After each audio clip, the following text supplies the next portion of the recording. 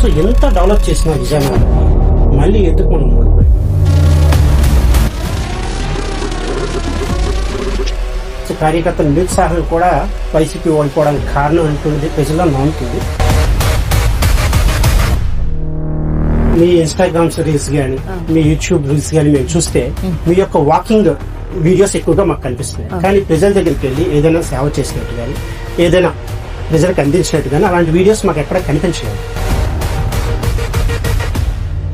ఈ పురపాలక సంఘం మున్సిపాలిటీ వాళ్ళు ఇన్స్పెక్షన్ చేశారు. స్వచ్ఛ సర్వేక్షణ్ అనేటువంటి ఇన్స్పెక్షన్ చేశారు. ప్రతి జిల్లాకి క్లీన్లీనెస్ కోసం ఇన్స్పెక్షన్ చేసేటప్పుడు మనకి లో సర్టిఫికేట్ వచ్చింది. తిరుపతి గాని, గుంటూరు గాని, విజయవాడ గాని, ఈవెన్ దో మనం విశాఖపట్నం కూడా వాళ్ళకి రాష్ట్ర స్థాయి అవార్డులు అలాగే జాతీయ స్థాయి అవార్డులు వచ్చాయి. విజయనగరానికి ఇలాంటి అవార్డులు రాలేసరి కదా లో సర్టిఫికేట్ వచ్చింది.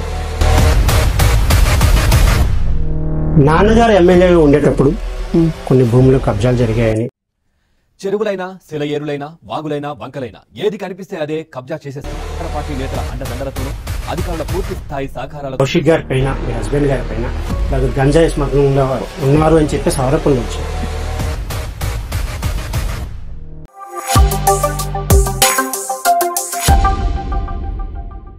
Good morning to everybody. Vizianagaram corporation deputy mayor గారు, ఎక్స్ స్పీకర్ కోలగట్ల వీరభద్రస్వామి గారి యొక్క కుమార్తె కోలగట్ల శ్రావణి గారు మన ముందున్నారు. శ్రావణి గారు నమస్కారం. నమస్తే అండి. మీరు 5 years డిప్యూటీ మేయర్గా చేశారు విజయనగరంలో. మీరు ఉండేటప్పుడు ఏ రకంగా విజయనగరాన్ని మీరు డెవలప్ చేశారు? విజయనగరము గతంలో ఎప్పుడు ఎవరు ఊహించిన విధంగా, కనీసం ఇలా జరుగుతుందా అనే ఆలోచన కూడా అంతు చిక్కని విధంగా మన విజయనగరం అంతా కూడా డెవలప్ అయిందని చెప్పడంలో అతిశయోక్తి లేదు. ప్రతి సెంటర్స్ లోని విగ్రహం పెట్టడం జరిగింది. విగ్రహాలు, వివిధ విగ్రహాలు, ప్రతి క్యాస్ట్, ప్రతి రిలీజియన్, ప్రతి వర్గానికి ఇంపార్టెన్స్ ఇస్తూ గౌరవం ఇస్తూ వాళ్ళకి కావాల్సినట్టుగా, ఉదాహరణకి బిఆర్ అంబేద్కర్ విగ్రహం పెట్టాం, అల్లూరి సీతారామరాజు గారి విగ్రహం, బిఆర్ అంబేద్కర్ విగ్రహం మన బాలాజీ జంక్షన్ సెంటర్ లో ఉంటది. అల్లూరి సీతారామరాజు గారి విగ్రహము, తర్వాత కోడి రామ్మూర్తి గారి విగ్రహము, రాజీవ్ గాంధీ గారి విగ్రహం, ఇలాగా అన్ని కోడి రామ్మూర్తి గారి పార్క్ ని మనం డెవలప్ చేసాం. ఆచంట గార్డెన్స్, మహిళా పార్క్, దేవి పార్క్ బాబా మెట్లో ఉంటది. ఇలాగా ఐకోనేరు గట్టు, బుచ్చన్ కోనేరు గట్టు దగ్గర పార్క్, వివిధ ప్లేసుల్లోని ఫౌంటైన్లు, అలాగే ఎత్తు బ్రిడ్జ్ డౌన్ దగ్గర అయితే మనం టీ పాట్ పెట్టడం జరిగింది. మీరు చూసుంటే దండి మార్చ్ పెట్టడం జరిగింది, ఏనుగులు ఫౌంటైన్ పెట్టడం జరిగింది. అండ్ రోడ్లకు వస్తే మన బాలాజీ జంక్షన్ దగ్గర నుంచి మయూరి జంక్షన్ దాకాను, మళ్ళీ అక్కడి నుంచి కాంప్లెక్స్ మయూరి జంక్షన్ దగ్గర నుంచి సిఎంఆర్ జంక్షన్ దాకా, తర్వాత కలెక్టర్ ఆఫీస్ నుంచి గూడ్ షెట్ దాకా, సౌత్ ఇండియా షాపింగ్ మాల్ ముందుకి, ఆర్ఎన్బి జంక్షన్ దగ్గర, ఇలాగ చాలా రోడ్లు మన హయాంలో మనం ఉన్నప్పుడే చాలా రోడ్లు జరిగింది. మహిళలకి మాత్రమే ఒక పార్క్ని కేటాయించడం, ఆ మహిళా పార్క్లో కూడా జెంట్స్ ఎవరు నాట్ అలౌడ్, అండ్ మహిళలకి మాత్రమే స్విమ్మింగ్ పూల్ కూడా, ఇండోర్ స్విమ్మింగ్ పూల్ ఎక్కడ లేదు రాష్ట్రంలో. మొట్టమొదట మహిళా పార్క్ మన విజయనగరంలో ఉంది. మంచి మంచి కార్యక్రమాలు చెప్పుకుంటూ పోతే ఎన్నో ఉన్నాయి, ఇంకా చెప్తే ఇంటర్వ్యూ సరిపోదు. డెవలప్మెంట్ అంటే ఏ విధంగా జరిగింది అనుకుంటున్నారు? మౌలిక సదుపాయాల్లో ఎక్కడ ఏ లోటు లేదు. వారానికి 10 రోజులకి వాటర్ వచ్చే పరిస్థితి. మనం వచ్చిన తర్వాత ఎవ్రీ 2 daysకి కూడా ఒకసారి వాటర్ సరఫరా చేయడము. వీటన్నిటికీ మించి చెప్పుకుంటూ పోతే ఒక పుస్తకమే రాయొచ్చు మనం చేసిన, మన హయాంలో జరిగిన అభివృద్ధి గురించి. ఎప్పుడైనా మీకు విజయనగరం గురించి ఒక ఐడియా ఉండుంటే, మా విజయనగరంలో చెప్పుకోదగ్గ ప్లేసు పెద్ద చెరువు అనేది ఎప్పుడు కూడా అవతల ఆ రోడ్డు పక్కన ఎప్పుడు ఎవరు ఒక బైకో కారో సైకిలో పాస్ అయితే ముక్కు మూసుకొని వెళ్ళే పరిస్థితులు గతంలో ఉండేవి. కానీ ఇప్పుడు మన స్థానిక ఎక్స్ ఎమ్మెల్యే గారు శ్రీ కోలగట్ల వీరభద్రస్వామి గారి యొక్క చొరవతో, కార్పొరేషన్ యొక్క సపోర్ట్తోని మొత్తం పెద్ద చెరువు అంతా కూడా శుభ్రం చేయడంతో పాటు పెద్ద చెరువు చుట్టూరా కూడా వాకింగ్ ట్రాక్ చేయడం జరిగింది. ఎవరు కూడా అంటే చెప్పారంటే చేస్తారన్న జగన్మోహన్ రెడ్డి గారు అయితే స్థానికంగా అయితే మాత్రం చెప్పిన మాటకి కట్టుబడతారు. చెప్పారంటే అది ఖచ్చితంగా ఆచరణ. ఇంకా గట్టిగా మాట్లాడితే ఇప్పుడు మళ్ళీ మనం అధికారంలోకి వస్తే అదే పెద్ద చెరువు మీద బోట్ షికారు కూడా పెడదామని ఒక ఆలోచన, దాని గురించి కసరత్తులు కూడా చేయడం జరిగింది. కానీ దురదృష్టవశాత్తు అది కొంచెం విఫలమయ్యాం ఆ విషయంలో. మనకి ఈ పురపాలక సంఘం మున్సిపాలిటీ వాళ్ళు ఇన్స్పెక్షన్ చేశారు. స్వచ్ఛ సర్వేక్షణ్ అనేటువంటి ఇన్స్పెక్షన్ చేశారు. ప్రతి జిల్లాకి క్లీన్లీనెస్ కోసం ఇన్స్పెక్షన్ చేసేటప్పుడు మనకి లో సర్టిఫికేట్ వచ్చింది. తిరుపతి కానీ, గుంటూరు కానీ, విజయవాడ కానీ, ఈవెన్ దో మన విశాఖపట్నం కూడా వాళ్ళకి రాష్ట్ర స్థాయి అవార్డులు అలాగే జాతీయ స్థాయి అవార్డులు వచ్చాయి. కానీ మన విజయనగరానికి ఎలాంటి అవార్డు రాలేదు సరికదా, లో సర్టిఫికేట్ వచ్చింది. దీనివల్ల ఎందుకు అలా జరిగింది? 2019కి మునుపు మీరు అన్నట్టుగా శానిటేషన్ పరంగా కానీ అభివృద్ధి పరంగా కానీ మనం వెనకబడే ఉన్నామని చెప్పడంలో అతిశయోక్తి లేదు. ఒక రోడ్డు కంప్లీట్ అవ్వలేదు, ఒక డ్రైన్ కంప్లీట్ అవ్వలేదు. అటువంటి పరిస్థితి నుంచి మనం అధికారంలోకి వచ్చిన తర్వాత స్వామి గారు, కోలగట్ల వీరభద్ర స్వామి గారి యొక్క నేతృత్వంలో మీరు నమ్మరు, ఇప్పుడు విజయనగరానికి అప్పుడు విజయనగరానికి ఎంత మార్పు జరిగిందన్నది మనందరికీ తెలుసు. అయితే మీరు చెప్పిన ఈ సర్టిఫికేట్ అనేది అభివృద్ధి జరగని సమయంలోని ఆ సర్టిఫికేట్ అనేది వచ్చింది. కానీ తర్వాత మళ్ళీ ఇదే ఇన్స్పెక్షన్ జరిగితే మాత్రం ఇప్పుడు మన విజయనగరం ఉన్నత స్థాయిలో ఉంటుంది అనుకోండి. నాన్నగారు ఎమ్మెల్యేగా ఉండేటువంటి టైంలో నాన్నగారు ఎమ్మెల్యే కాబట్టి మీకు డిప్యూటీ మేయర్ పదవి వచ్చిందని ప్రజలు కొంతమంది ఆరోపణలు చేశారు. దీని గురించి మీకు స్పందన ఏంటి? యాక్చువల్గా మన నియోజకవర్గం మొత్తానికి కూడా majority of the people caste వైజ్గా కాపులు అండ్ నెక్స్ట్ మెజారిటీ యాదవులు. అయితే జగన్మోహన్ రెడ్డి గారు ఆ సమయంలో రిజర్వేషన్ పరంగా మేయర్ అయితే మాత్రం కాపులకి ఇవ్వాలి, డిప్యూటీ మేయర్ యాదవులకి ఇవ్వాలి. అండ్ జగన్మోహన్ రెడ్డి గారే కొత్తగా ఒక జీవో పాస్ చేశారు. ఇప్పటి నుంచి కూడా ప్రతి చోట అంటే ప్రతి కార్పొరేషన్లోని 2 డిప్యూటీ మేయర్లు ఉండాలి అని చెప్పేసి జగన్మోహన్ రెడ్డి గారు జీవో పాస్ అయింది. అండ్ అప్పుడు సెకండ్ డిప్యూటీ మేయర్గా ఎలక్ట్ చేసుకున్నారు కార్పొరేటర్లు అందరూ కూడాను.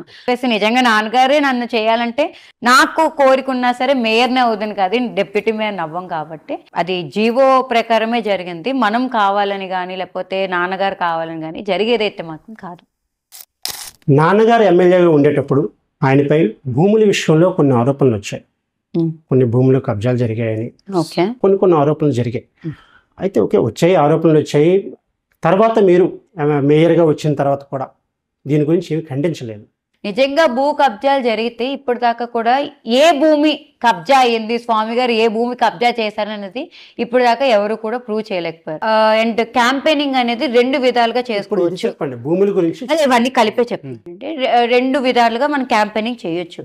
ఒకటి మనం చేసిన మంచి ప్రజల్లోకి తీసుకెళ్ళడము, 2 అవతలని కిందకి చేర్చడము. అంటే మనం చేసే మంచి ఏది లేదు చెప్పుకోవడానికి అని అనుకుంటే అవతల అపోజిషన్ ఎవరైతే పవర్ లో ఉన్నారో, శక్తిగా ఉన్నారో వాళ్ళని శక్తి. కౌశిక్ గారి పైన, మీ హస్బెండ్ గారి పైన ఇలాగ గంజాయి స్మగ్లింగ్లో ఇలాగ ఆరోపణలు కొంచెం ఉన్నారు అని చెప్పేసి ఆరోపణలు వచ్చాయి. దాని గురించి మీరు ఇంతకు ముందు ఎప్పుడు ఖండించలేదు. ఎందువల్ల ఖండించలేదు? అదే ఇప్పుడు చెప్తున్నాను. మాకు ఇదంతా అబద్ధం అని మాకు తెలుసు, మేమేంటి అన్నది మాకు తెలుసు. మా హస్బెండ్ విజయనగరంలోనే, ఇప్పుడు మేము పెళ్లి చేసుకోవడం వల్ల విజయనగరంకి రావడం కాదు, ఇక్కడే ఎస్విఎన్ కుటుంబము, వాళ్ళకి కన్స్ట్రక్షన్స్ ఉన్నాయి, రియల్ ఎస్టేట్స్ ఉన్నాయి, హోటల్స్ ఉన్నాయి, ఆప్టికల్స్ ఉన్నాయి, ఇవన్నీ బోల్డ్ ఇన్నిట్లోని ఇన్వాల్వ్ అయ్యి వాళ్ళు ఫైనాన్షియల్గా వెల్ సెటిల్డ్ ఫ్యామిలీ. ఇలాంటి వాళ్ళు అంటే ఇంత స్థాయిలో ఉన్న వాళ్ళు దిగజారే కార్యక్రమాలు ఎప్పుడు చెయ్యరు, ఉన్నతంగా బతకడానికి కష్టపడతారు ఉంటారు. అండ్ కౌశిక్ గారు అంటే ఆయన కొత్తగా తెర మీదకి వచ్చినతను కాదు, ఇవన్నీ అబద్ధాలు అనే విషయం మాకు తెలుసు. మాతో ట్రావెల్ అవుతున్న కుటుంబానికి అంటే విజయనగర కుటుంబాన్ని అందరికీ తెలుసు. కాబట్టి మేము క్యాంపెయినింగ్లోని మేము చేసిన మంచి గురించి చెప్పుకునే ప్రాసెస్లోనే ఉంటే దానికే టైం సరిపోయింది. ఇటువంటి నీచమైన లోకువైన అబద్ధపు ప్రచారానికి, మీరన్న ఈ అపోహలకి, ఆరోపణలకి మేము టైం ఇచ్చే పరిస్థితులు అయితే మాత్రం ఆ రోజు ఎలక్షన్ ఇవన్నీ కూడా మీరు అబ్జర్వ్ చేసి, ఈ ఆరోపణలన్నీ ఎప్పుడు జరిగాయంటే ఎలక్షన్ కి క్యాంపెయినింగ్ కి జరుగుతున్న సమయంలోని ఆరోపణలన్నీ వచ్చాయి. ఆ బిఫోర్ రాలేదు, వాళ్ళు గెలిచిన తర్వాత కూడా ఇటువంటి ఆరోపణలు రాలేదు. మనం అంటే విజయనగరం మొత్తానికి తెలుసని మేము నమ్ముతున్నాము. నిజంగా ఆయనకి గంజాయి అలవాటై ఉంటే పెళ్ళానిగా నేను ఒప్పుకుంటానా, నేను ఊరుకోగలనా? మీ ఇన్స్టాగ్రామ్ రీల్స్ కానీ మీ యూట్యూబ్ రీల్స్ కానీ మేము చూస్తే మీ యొక్క వాకింగ్ వీడియోస్ ఎక్కువగా మాకు కనిపిస్తున్నాయి. కానీ ప్రజల దగ్గరికి వెళ్ళి ఏదైనా సేవ చేసినట్టు కానీ ఏదైనా ప్రజలకు అందించినట్టు కానీ అలాంటి వీడియోస్ మాకు ఎక్కడ కనిపించలేదు. ఎక్కువగా వాకింగ్ వీడియోస్ ఎక్కువ కనిపించాయి. ఎందువల్ల అంటారు? మీకు అలాంటి ఇష్టం ఉండవా, లేదంటే మీరు లేదు అంటే అలా ఏం లేదు, సేవ చేసినవి ఉంటాయి, అన్ని వాకింగ్ వీడియోస్ కనిపిస్తున్నాయి, ఇవి తక్కువ అక్కడక్కడ. అంటే లేదు సేవలు చేసినవి ఉంటే వాకింగ్ చేస్తూ అంటే సేవలు అంటే కొన్ని సార్లు జగన్మోహన్ రెడ్డి గారి పుట్టినరోజు సందర్భంగా కావచ్చు, లేకపోతే నాన్నగారి పుట్టినరోజు సందర్భంగా, లేకపోతే లేకపోతే అలాగా వివిధ మెడికల్ క్యాంపులు పెట్టాము, బ్లడ్ డొనేషన్ ఏమైనా చేశారు మీరు? కరోనా అప్పుడైతే మాత్రం ప్రజలందరికీ కూడా, నాన్నగారు అయితే ఆయనకి కూడా వచ్చు, జనాల్లోకి వెళ్ళొద్దు అని డాక్టర్లు చెప్పినా సరే ఆయన అక్కడుండి కూడా ఇక్కడ నన్ను మా హస్బెండ్ని ఈ ఇంటి బయట కూర్చోపెట్టి ప్రజలకి సమస్యలు వస్తాయి, వాళ్ళకి హాస్పిటల్లో బెడ్లు దొరకపోవచ్చు, ఆక్సిజన్లు దొరకపోవచ్చు, ఇంకేదో కారణాలు, వ్యాక్సిన్లు, టెస్ట్లు, కోవిడ్ టెస్ట్లు, ఇవన్నీ కూడా ప్రాబ్లమ్స్ అవ్వచ్చని మమ్మల్ని ఇంటి బయట కూర్చోపెట్టి ఆయన కోవిడ్తో సఫర్ అవుతున్నా సరే మమ్మల్ని ఫాలో అప్ చేసి, కరోనా సమయంలో అయితే చాలా మందికి పేషెంట్లు అయ్యి వాళ్ళ ఇంటి నుంచి హోమ్ ఐసోలేషన్ అయినప్పుడు కూడా వాళ్ళకి ఆక్సిజన్ అందకపోతే మేము ఒక వెహికల్ని పెట్టి, సిలిండర్లు పెట్టి, ఆక్సిజన్ ఆన్ వీల్స్ అని చెప్పి వాళ్ళ ఇంటికే ఆక్సిజన్ ని అందించాం. నాన్నగారిని అనుచరిస్తూ చాలా మంది ఆర్థికంగా బాగున్న వాళ్ళందరూ కూడా నాన్నగారి మాటకి విలువిచ్చి ముందుకొచ్చి వాళ్ళ సపోర్ట్ కూడా, అంటే నిత్యావసర సరుకులు పంపిణీ చేయడం జరిగింది మన సొంత నిధులతోని. అదేవిధంగా కొంతమంది ఆర్గనైజేషన్స్తో కూడా మాట్లాడి వాళ్ళ సొంత నిధులతోని ప్రతి ఇంటికి, జగన్మోహన్ రెడ్డి గారి యొక్క పరిపాలనలో కూడా ప్రతి ఇంటికి కూడా ఫ్రీగా టెస్టులు జరగడం జరిగింది, కిట్లు, శానిటైజర్లు, మాస్కులు ఇవన్నీ కూడా ఇవ్వడం జరిగింది. కొత్త సత్యబాబు గారికి, అలాగే నాన్నగారికి, అలాగే మధ్య శ్రీని గారికి మధ్యన ఏమైనా విభేదాలు ఉన్నాయా? మాకు వచ్చిన వాటి చిన్న విభేదాలు ఉన్నాయని తెలిసింది. దీని గురించి మీ స్పందన ఏంటి? మీరు ఏం మాట్లాడాలనుకుంటున్నారు? విభేదాలు అయితే మేమందరం సీరియస్లీ ఫ్యామిలీగానే ఉంటాం. అసలు విభేదాలు ఎందుకు ఉంటాయి నాకు అర్థం కాదు. అంటే మేబీ విభేదాలు అంటే ఒకే ఊర్లో ఉండడం వల్ల ఎవరు కూడా ఒక క్యాడర్లో లేరు. అంటే ఒకే సీటు గురించి ఒక 3-4 కొట్టుకుంటే విభేదాలు రావాలేమో కానీ సత్యబాబు గారు అదొకటే కాకుండా ఆయన మినిస్టర్, ఇప్పుడు ఎమ్మెల్సీ కింద చేస్తున్నారు, మనకి సంబంధం. అండ్ మన చిన్న శ్రీని అంకుల్ ఏంటంటే జెడ్పీ చైర్మన్, అంటే సంబంధం, అంటే ఇవన్నీ కూడా పుకార్లే. వైఎస్ఆర్సీపీలో టాప్ క్యాడర్లో ఉండేటువంటి వాళ్ళు నాన్నగారు, సత్యబాబు గారు, మధ్య శ్రీని గారు. సో వీళ్ళ ముగ్గురులో వారసత్వంలో తీసుకుంటే అందరికీ వారసులు ఉన్నారు. ఎవరు నెక్స్ట్ ఎమ్మెల్యేగా అవ్వచ్చని మీ ఉద్దేశం? అదంతా అంటే ఒక్కటి నాకు ఇప్పుడు మీరు అడిగితే నాకు అనిపించింది ఏంటంటే, ఎవరి నియోజకవర్గాలు వాళ్ళే వేరు. అంటే మన సత్యబాబు అంకుల్ ఏంటంటే పెద్దనాన్న గారు అంటానంటే మీరు అన్నట్టుగా విభేదాలు ఉంటే ఆంటీ ఎవరు బొత్స ఝాన్సీ ఆంటీ కలిసినప్పుడు నిజంగా అమ్మలాగే అనిపిస్తుంది. ఆవిడ పలకరింపు కానీ మేమంతా ఫ్యామిలీగానే ఉంటాము కూడా. నెక్స్ట్ ఎమ్మెల్యే అదే ఎవరి నియోజకవర్గాలు అవి. అండ్ ఇంకోటి జగన్మోహన్ రెడ్డి గారు పార్టీ నిర్ణయం, తుది నిర్ణయం, ఫైనల్. ఓకే మేడం, మొన్న మేము ప్రెస్ మీట్ లో చూసాం ఉమెన్ ప్రొటెక్షన్ గురించి మీరు మాట్లాడారు. అంటే ఏంటి, ఉమెన్ కి ప్రొటెక్షన్ లేదు అంటారా? లేదు అంటే ఏమైనా చర్యలు తీసుకోవాలా? మీరు ఏ ఉద్దేశంతో మాట్లాడారు? మొత్తం రాష్ట్ర వ్యాప్తంగా 18 దిశ పోలీస్ స్టేషన్లు పెట్టడం జరిగింది. కానీ ఆయనే మన రాష్ట్ర ఆడబిడ్డల యొక్క బాధ్యత, భవిష్యత్తు నా చేతిలో ఉంది అని నమ్మి దిశ యాప్ అనేది ప్రవేశపెట్టారు. దాంతోపాటు 18 దిశ పోలీస్ స్టేషన్లు రాష్ట్ర వ్యాప్తంగా పెట్టారు.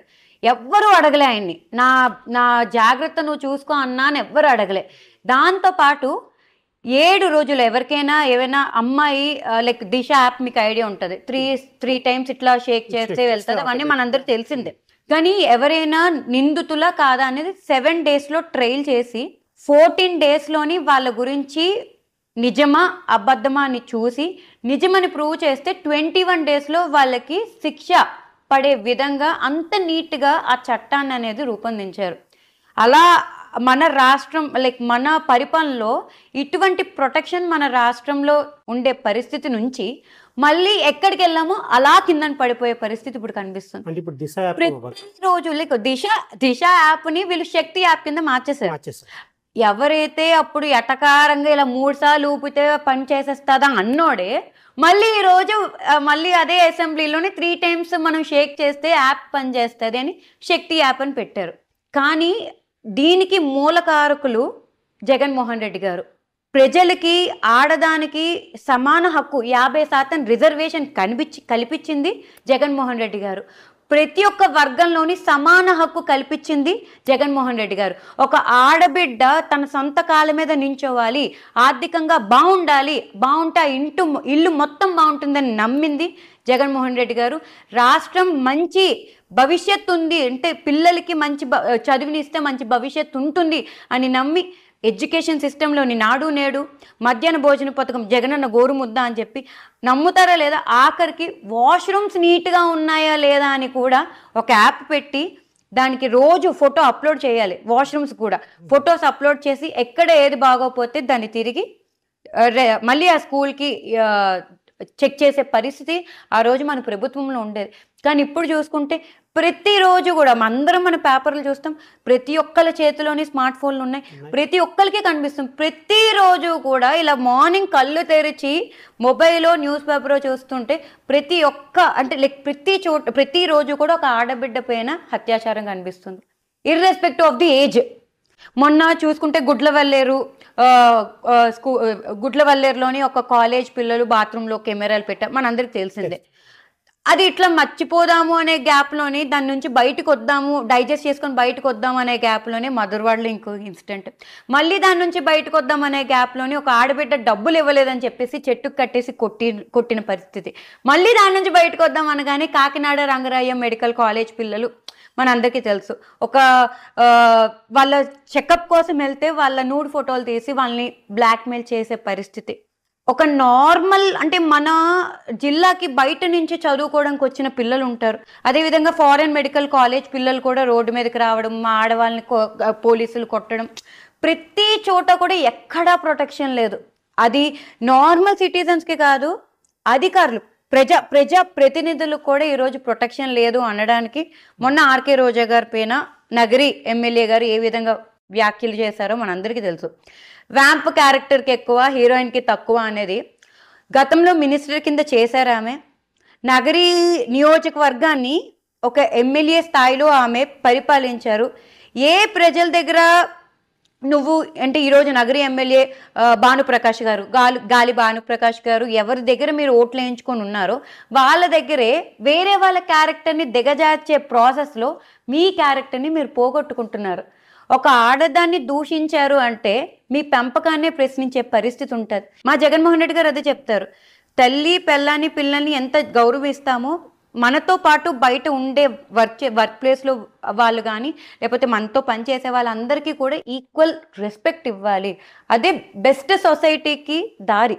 మరి అంత స్థాయిలో ఉండే ఒక ఎమ్మెల్యే అపోజిషన్లో ఉండే ఒక ఎమ్మెల్యేని దిగజార్పు చూపు చూస్తే రేపు నిజంగా మీ నియోజకవర్గంలో మీ మనుషులే మీ ముందు ఆడవాళ్ళు నడడానికి ఆలోచిస్తారు. ఓకే, పర్టికులర్ రోజా గారు కూడా వేరే వాళ్ళని దూషించడం కానీ మాట్లాడటం కానీ జరిగింది కదా మేడం, దానికి ఈక్వల్ కౌంటర్ జరిగిపోయింది కదా.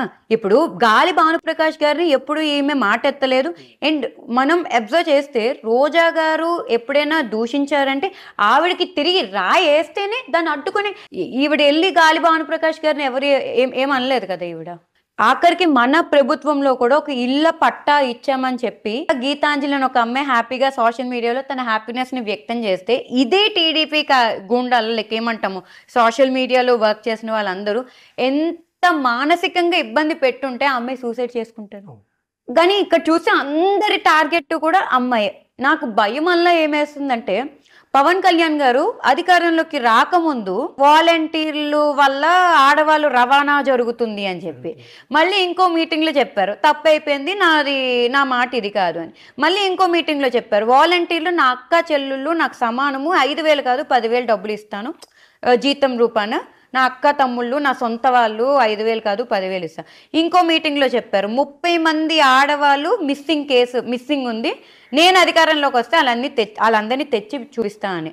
ఇంకో మీటింగ్లో చెప్పారు ఆడవాళ్ళపైన చెయ్యి వేయాలి అన్న ఆలోచన మనసులో వస్తేనే అటు చచ్చిపోవాలి అని.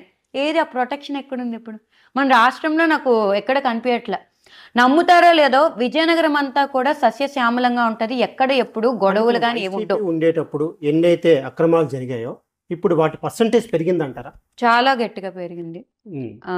ఎంత పర్సెంట్ పెరిగిందంటారు? పర్సంటేజ్ అంటే ప్రతిరోజు కూడా ఒక 50-60% 5 years లో కూడా ప్రతిరోజు ఏదో ఒక న్యూస్ వచ్చేది కదా మేడం. భారతమ్మ గురించి ఒక మాట అన్నారు, ఇంకొకటి ఇంకా ఎవరెవరు ఇప్పుడు కిరాక్ ఆర్పి గారు కానీ కొంతమంది అంటున్నారు ఈ పార్టీ యొక్క సిద్ధాంతాలు నచ్చి మీ పార్టీలో జాయిన్ అయినప్పుడు ఎవరైతే తప్పులు చేస్తున్నారో వాళ్ళని తీర్చిదిద్దే బాధ్యత ఆ పార్టీ అధినేతకు ఉంటుందా ఉండదా? ఉంటుంది ఖచ్చితంగా. మరి ఎక్కడ కనిపిస్తుంది? విచ్చలు విడిగా వదిలేస్తున్నారు, ఎవడు ఏది చేస్తే చేసుకోండి. బాగా పరిపాలన చేశారు, అందరూ మనసులు గెలుచుకున్నారు. అయినా సరే మన కోలగడ్డల వీరభద్రస్వామి గారు ఎందుకు ఓడిపోయారు? ఎందుకు ఓడిపోయారు అంటే నాకు ప్రజల్ని నేను ఏమనను, ఎందుకంటే మనిషి అంటేనే ఆశాజీవి. జగన్మోహన్ రెడ్డి గారు అధికారంలోకి వచ్చిన 6 monthsలోనే 99% ఆఫ్ ది స్కీమ్స్ ఏవైతే హామీలు ఇచ్చారో నవరత్నాలు కావచ్చు, ప్రజల అవసరాల నుంచి పుట్టుకొచ్చే పథకాలు కూడా ఉన్నాయి. అవన్నీ కూడా కేవలం అధికారంలోకి వచ్చిన 6 monthsలోనే 99% అమల్లోకి తీసుకొచ్చేసారు. అండ్ మనం పరిపాలించే 5 yearsలో 2 years కరోనా ఉంది. అయినప్పటికీ కూడా అనకూడదు కానీ కరోనా అప్పుడు కూడా ఆయన పరిపాలన ఆపలేదు, సంక్షేమం ఆపలేదు, అభివృద్ధి కూడా ఆపలేదు. అన్నీ కూడా ఎక్కడ ఎవరికి నొప్పి లేదు, అందరికి కూడా హ్యాపీగా ఇంటికి మెడిసిన్స్, శానిటైజర్లు కూడా ఇంటికి పంపించే పరిస్థితి ఆ రోజు ఉంది. ప్రజలందరూ కూడా తీసుకున్నారు, ఫ్రూట్స్ తీసుకున్నారు. గతంలోని వాలంటీర్ వ్యవస్థ, సచివాలయ వ్యవస్థ అంటే అదేంటో తెలియని పరిస్థితి నుంచి ఒక పథకం కావాలి అంటే ఎలా అప్లై చేయాలని అడిగే పరిస్థితి నుంచి 5 ఏళ్ళు పూర్తయ్యేసరికి నేను ఎందుకు అర్హత కాదు అని అడిగే పరిస్థితికి వచ్చేసారు. చంద్రబాబు నాయుడు గారు మాత్రం మోసం చేయడంలో దిట్ట అని చెప్పొచ్చు. ఒక అబద్ధాన్ని కూడా నిజం చేసి మాట్లాడే తత్వం అయింది, అది వాస్తవం. ఒక అబద్ధం ఇదే నిజమేమో అని నమ్మించే ఒక శక్తి ఉన్నతను. ఇప్పుడు ఐటీ కనిపెట్టింది నేనే అంటారు. గతంలో మన ఎవరికి సోషల్ మీడియా లేవు, గతంలో మనం ఎవరు లేము, అప్పుడు ఉండేవన్నీ కూడా న్యూస్ పేపర్లు ఇవే. అంటే ఒక మార్క్ని పడిశారు. ఐటీ అంటే చంద్రబాబు నాయుడు గారు, చంద్రబాబు నాయుడు గారు అంటే ఐటీ. కోవిడ్ వ్యాక్సిన్ ని కనిపెట్టింది నేనే, ఆ వ్యాక్సిన్ కనిపెట్టడానికి దోహదపడింది నేనే అని ఈరోజు న్యూస్ పేపర్ చూశాను. సింగపూర్లోని ఉద్యోగాలు, ఇండియన్స్ కి ఉద్యోగాలు రావడానికి కారణం నేనే అని. ఆ రోజు హైదరాబాద్ డెవలప్ అవడానికి చంద్రబాబు నాయుడు గారు కారణం కాదంటారా? ఐటీ తీసుకురావడానికి కానీ అప్పుడు సాఫ్ట్వేర్ జాబ్స్ రావడం, ఆ విషయం మీకు తెలుసు. అలా కారణం కాదంటారా? కాదు. మరి ఎలా ఈ సాఫ్ట్వేర్ అనుకునేది మన స్టేట్ అప్పటి మీరు అనుకుంటున్నారా హైటెక్ సిటీ అప్పుడు ఏర్పడింది అంటే అదంతా చంద్రబాబు నాయుడు గారు వల్ల? నిజంగా అలా చేయగలిస్తే 5 ఏళ్ళు పరిపాలించారు, అమరావతిని క్యాపిటల్ చేస్తా అన్నారు. అన్నానని కాదు కానీ నాకు గుర్తు ఇవన్నీ కూడా. అవన్నీ కూడా ఏమంటారు, ఏఐని వాడి ఇదిగో ఇక్కడ ఈ బిల్డింగ్ వస్తుంది, ఇదిగో ఇక్కడ ఇవి వస్తాయి, అవి వస్తాయి అని చెప్పేసి బస్సులు వేసి కూడా ఆడవాళ్ళందరినీ అక్కడికి తీసుకెళ్లి చూపించారు. రియాలిటీలోకి వచ్చేసరికి ఉందా? అక్కడికి వెళ్ళని వాళ్ళు, చంద్రబాబు నాయుడు గారిని గుడ్డిగా నమ్మిన వాళ్ళు అనుకుంటారు కదా నిజమేనేమో అమరావతి డెవలప్ అయిపోయింది. అందరూ అమరావతికి వెళ్ళలేదు కదా. కానీ ఇప్పుడు చేస్తామన్నారు, ఇప్పుడు చేయగలరంటారా? నెక్స్ట్ 4 years ఉంటది కదా, చూడాలి. అందరూ చూడాలి. నాతో పాటు నాతో రాష్ట్ర ప్రజలు అందరూ కూడా. చాలా రోడ్లు కానీ లైటింగ్స్ కానీ ఇవన్నీ విజయనగరాన్ని బాగా డెవలప్ చేశారని, డెవలప్మెంట్ అంతా మీరు ఇప్పుడు మాకు చెప్పారు. సో ఎంత డెవలప్ చేసిన విజయనగరాన్ని మళ్ళీ ఎందుకు మనం ఓడిపోయాం? అలాగే రాష్ట్రంలో కూడా వైసీపీ ఎందుకు ఓడిపోయింది? దీనికోసం ఒక ప్రజల్లో కూడా ఒక నానుడి ఏముందంటే, కార్యకర్తలు కొంచెం నిరుత్సాహపడ్డారు. ఈ కార్యకర్తల నిరుత్సాహం కూడా వైసీపీ ఓడిపోవడానికి కారణం అనేటువంటిది ప్రజల్లో నానుతుంది. ఇది ఎంతవరకు నిజం? అసలు ఓడిపోవడానికి కారణాలు ఏంటి? మనం 2019 నుంచి 2024 వరకు వైఎస్ఆర్సీపీ రూలింగ్ అయింది. అయితే జగన్మోహన్ రెడ్డి గారు అధికారంలోకి రాకముందు ఈ పాదయాత్ర చేసినప్పుడు నవరత్న పథకాలని చెప్పారు. అమ్మఒడి కానీ, ఫీజు రియంబర్స్మెంట్, 108, రైతు భరోసా, చేయూత, చేదోడు, ఇలా పెన్షన్ పెంపు, ఇవన్నీ నవరత్నాల్లో చెప్పారు. అధికారంలోకి వచ్చిన తర్వాత నేరుగా డీబీటీ, డైరెక్ట్ బెనిఫిషియరీ ట్రాన్స్ఫర్ అని నేరుగా ఎవరైతే బెనిఫిషియరీ ఉన్నారో వాళ్ళ అకౌంట్కే డబ్బులు పడిపోయే పరిస్థితి. అక్కడ జగన్మోహన్ రెడ్డి గారు బటన్ నొక్కడం, ఇక్కడ మన అకౌంట్లో ₹1 కూడా పోకుండా బెనిఫిషియరీకి డబ్బులు రీచ్ అయ్యాయి. అయితే మధ్యలో ఏంటంటే ఇప్పుడు మనం సచివాలయ వ్యవస్థలు తీసుకురావడము ఒక అంతటికి మంచి అయినప్పటికీ కూడా కార్యకర్తలోనే మీరు అన్నట్టుగా కొంచెం నిరుత్సాహం ఉంది. ఎందుకంటే ఇప్పుడు ఒక పథకం రావాలంటే ఇంకా మా దగ్గరికి రారు, సచివాలయాలకే వెళ్తారు, అలాగేదో మీరు అన్నట్టుగా. కానీ ఇప్పుడు కార్యకర్తల నిరుత్సాహాన్ని తెలుసుకొని మనం ఓడిపోయిన కారణాల్లో ఇదొకటి అయ్యి ఉండొచ్చు అని జగన్మోహన్ రెడ్డి గారు తెలుసుకొని మొన్న మీటింగ్ లో కూడా చాలా గట్టిగా చెప్పారు. జగన్ అన్న 2.0 వచ్చారు. ఇప్పుడు రెడ్ బుక్ కాదు, ఏ బుక్ అయినా పర్లే, రాసి పెట్టుకోండి. మీ కార్యకర్తలని నేను ముందుగా పెట్టుకొని పార్టీని నడిపిస్తా. మీకు ఎవరికి ఏ ప్రాబ్లం వచ్చినా సరే ఆ బుక్లో రాసి పెట్టండి. నేను మళ్ళీ అధికారంలోకి వచ్చిన తర్వాత వాళ్ళకి అంత చూస్తా అని మొన్న మళ్ళీ మీటింగ్లో నాకు యాప్ను డెవలప్ చేస్తున్నాం.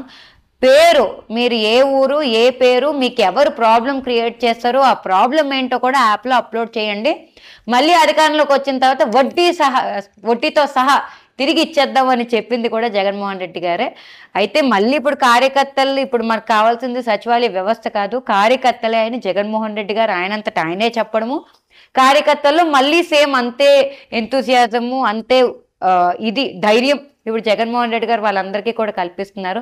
ఇంకా దీనికి మించి ఇంతకు మించి మంచి కానీ ఇంతకు మించి భరోసా కానీ ఏ నాయకుడు ఇవ్వలేడు.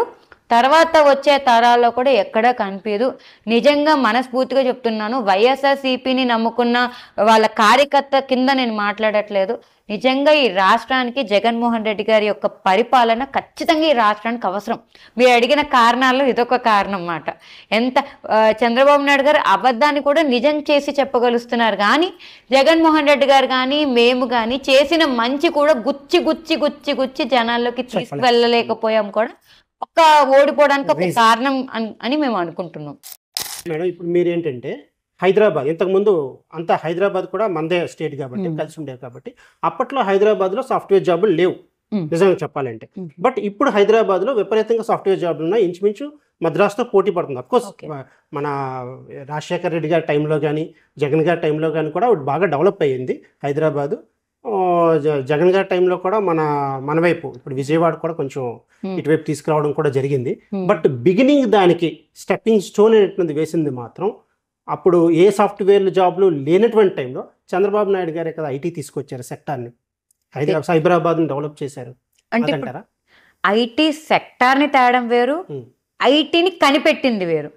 కనిపెట్టడం అంటున్నారు, టెక్నాలజీని కనిపెట్టింది నేను అంటే మరి కనిపెట్టినోడు ఏమైపోలే. ఫోన్ కనిపెట్టింది నేనే, టెక్నాలజీని కనిపెట్టింది నేనే, కంప్యూటర్ని కనిపెట్టింది నేనే. నమ్మిన వాళ్ళు నమ్ముతారేమో, నాకు ఐడియా, నేనైతే నమ్మట్లే. అండ్ ఇందాకలు మనం మాట్లాడుకున్నట్టు అబద్ధాన్ని నిజం చేయగలరు అంటే మరి ఆయనే కదా చెప్పారు, వాలంటీర్స్ని కంటిన్యూ చేస్తాం, ఎక్కడికి పోరు వాలంటీర్లు. 2,50,000 మంది వాళ్ళు మోసపోయారు కదా. మరి ఆ వాలంటీర్లు నమ్ముతారు లేదు, నాకు ఆల్మోస్ట్ కాల్స్ వస్తూనే ఉంటాయి, మాకేమైనా చూడండి అని. సరే, మీరు చెప్పారు ఏంటంటే వైసీపీ టైంలో మంచి సంక్షేమాలు ఇచ్చాం, చాలా ఇచ్చారు, ఓకే, అందరికీ కనిపిస్తుంది, డెవలప్మెంట్ బాగా చేసాం, ఉమెన్ ప్రొటెక్షన్ ఇచ్చాం అని చెప్పారు. బట్ ఎందుకు మన వైసీపీ ఓడి? అది కంటిన్యూ చేస్తేనే అయితే ఇవన్నీ కూడా ఫ్రూట్స్ అన్ని ఎంజాయ్ చేశారు. పక్కన పెట్టండి, మన విజయనగరంలో మన స్పెషల్ గా మన బాగా డెవలప్ చేసాం. సో బట్ ఎందుకు ఓడిపోయి?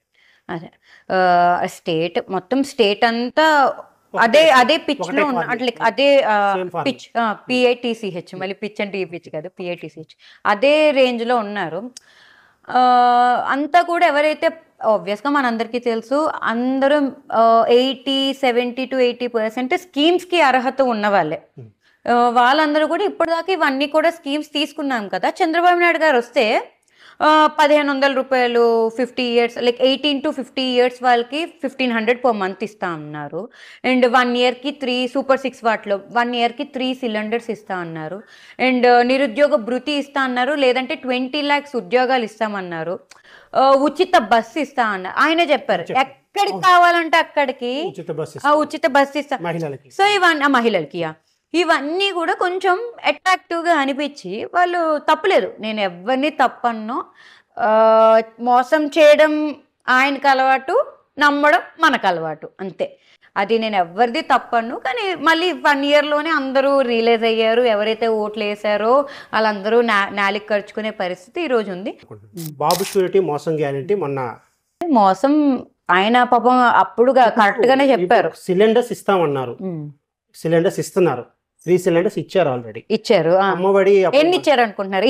ఎన్ని ఇచ్చారు? ఏడాదికి 3 ఇస్తామన్నారు కదా. ఏడాదికి 3 ఇస్తామన్నారు.